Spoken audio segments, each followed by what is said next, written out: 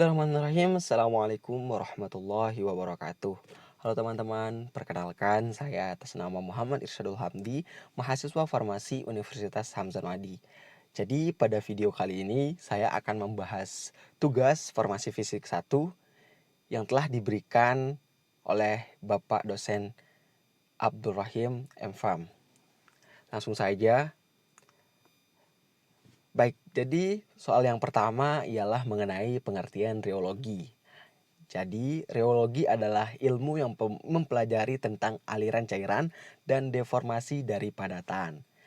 Reologi mempelajari hubungan antara tekanan gesek atau dalam bahasa Inggris disebut shearing stress dengan kecepatan geser atau shearing rate. Nah, pada cairan.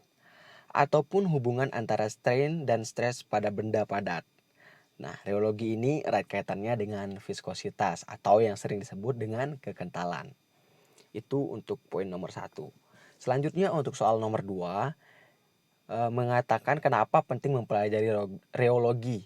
Nah, reologi sangat penting dalam farmasi karena penerapannya dalam formulasi dan analisis dari produk-produk farmasi seperti emulsi, pasta, krim, suspensi, lotion, suppositoria, dan penyalutan tablet yang menyangkut stabilitas keseragaman dosis. Dan juga selain itu, keanekaragaman hasil produksi, misalnya pabrik membuat krim, kosmetik, pasta, dan lotion harus mampu menghasilkan suatu produk yang mempunyai konsistensi dan kelembutan yang dapat diterima oleh konsumen. Selain itu juga prinsip reologi digunakan juga untuk karakterisasi produk sediaan farmasi. Nah, sebagai penjamin kualitas yang sama untuk setiap batch-nya. Gitu.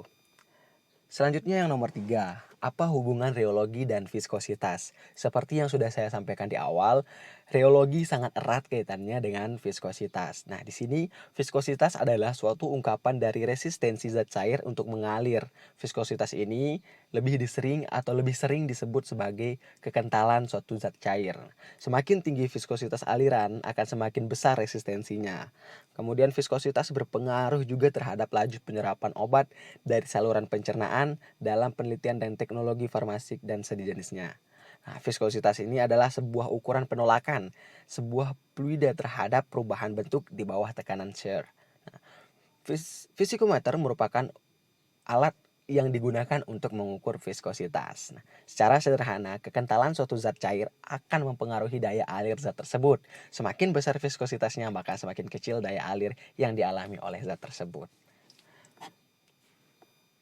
Selanjutnya nomor 4. Nah, nomor 4 mengatakan jelaskan tipe-tipe aliran cairan. Nah, jelaskan tipe-tipe aliran maksud saya. Nah, di sini ada 2 tipe aliran. Yang pertama dengan tipe sistem Newton. Pada cairan Newton ini, hubungan antara shearing rate dengan shearing stress adalah linear dengan suatu tetapan yang dikenal dengan viskositas atau koefisien viskositas. Nah, tipe aliran ini umumnya dimiliki oleh zat cair tunggal serta larutan dengan struktur molekul sederhana dengan volume molekul kecil. Tipe aliran ini yang mengikuti sistem Newton, viskositasnya tetap. Nah, sekali lagi saya sampaikan, tipe aliran yang mengikuti sistem Newton itu viskositasnya tetap pada suhu dan tekanan tertentu dan tidak tergantung pada kecepatan geser, sehingga viskositasnya cukup ditentukan pada satu kecepatan geser gitu teman-teman. Jadi kemudian yang kedua, untuk tipe-tipe aliran itu ada yang namanya sistem Newton. Kalau tadi ada sistem Newton, sekarang ada yang namanya sistem non-Newton.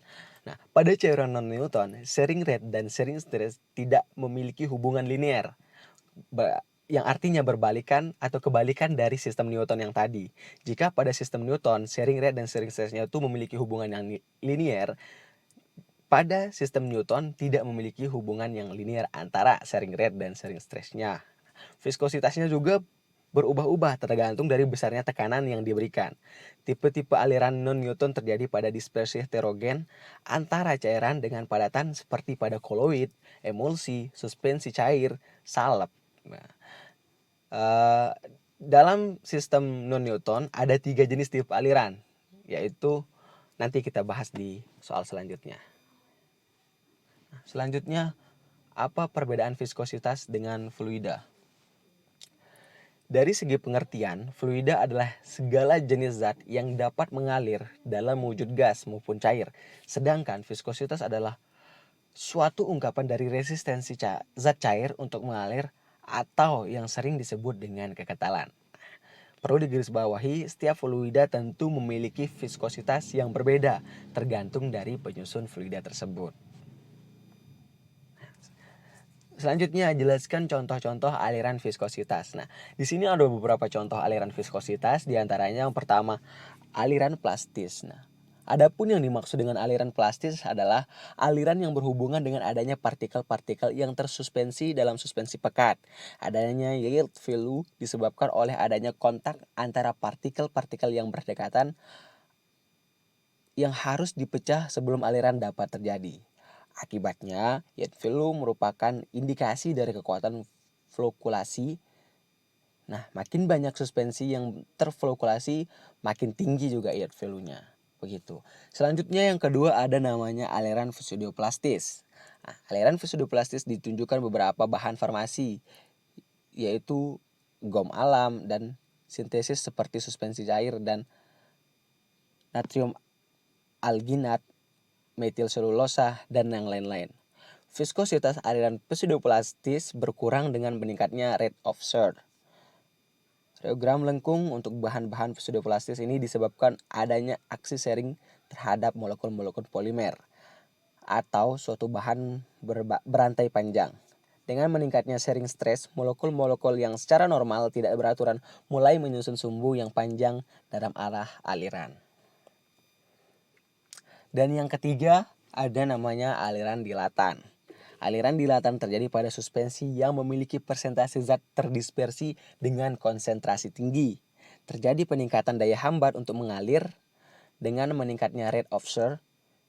Jika stres dihilangkan, suatu sistem dilatan akan kembali ke keadaan fluiditas aslinya. Selanjutnya untuk soal nomor 7, jelaskan alat-alat untuk mengukur viskositas. Di sini ada beberapa alat yang digunakan untuk mengukur viskositas atau yang sering disebut dengan visikometer. Yang pertama ada yang namanya visikometer kapiler atau lebih sering juga disebut dengan visikometer Oswald. Viskositas dari cairan Newton bisa ditentukan dengan mengukur waktu yang dibutuhkan bagi cairan tersebut untuk lewat antara dua tanda ketika ia mengalir karena gravitasi melalui viskometer Oswald. Waktu alir dari cairan yang diuji dibandingkan dengan waktu yang dibutuhkan bagi suatu zat yang viskositasnya sudah diketahui, biasanya air nih, untuk lewat dua tanda tersebut. Jadi pada viskometer Oswald ini memerlukan yang namanya sampel dan bahan baku.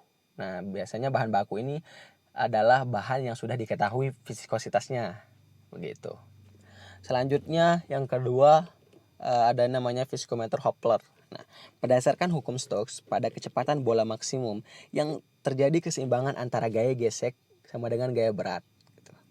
Prinsip kerjanya adalah menggelindingkan bola yang terbuat dari kaca melalui tabung gelas yang hampir tikal berisi zat cair yang diselidiki. Kecepatan jatuhnya bola merupakan fungsi dari harga rest peak sample. Selanjutnya juga ada namanya viskometer cup and bob. Nah, prinsip kerjanya sampel digeser dalam ruangan antara dinding dan luar dari bob dan dinding dalam dari cup, di mana bob masuk persis di tengah-tengah. Nah, kelemahan dari visikometer ini adalah terjadinya aliran sumbat yang disebabkan geseran yang terjadi sepanjang keliling bagian tube sehingga menyebabkan penurunan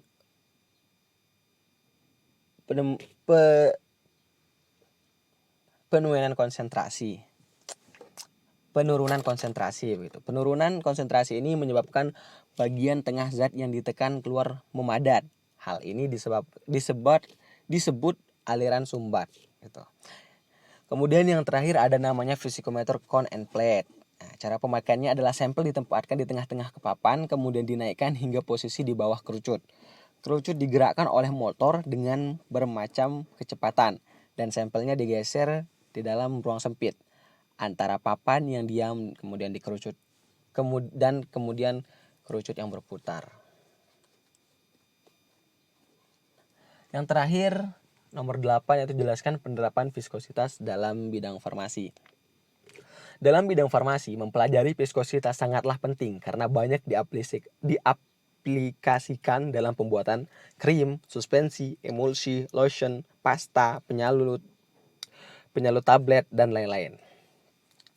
Besarnya viskositas dipengaruhi oleh beberapa faktor seperti temperatur, gaya tarik antara molekul, dan ukuran serta jumlah molekul terlarut. Berdasarkan faktor-faktor tersebut, akan dilakukan pengujian viskositas dengan memberikan zat atau molekul tambahan. Agar lebih memahami mengenai viskositas, dilakukan percobaan penentuan pengaruh zat tambahan terhadap viskositas. Nah, itu saja yang dapat saya bahas pada video kali ini. Semoga bermanfaat. Kurang dan lebihnya mohon dimaafkan. Kita sama-sama belajar. Sekian dari saya. Assalamualaikum warahmatullahi wabarakatuh.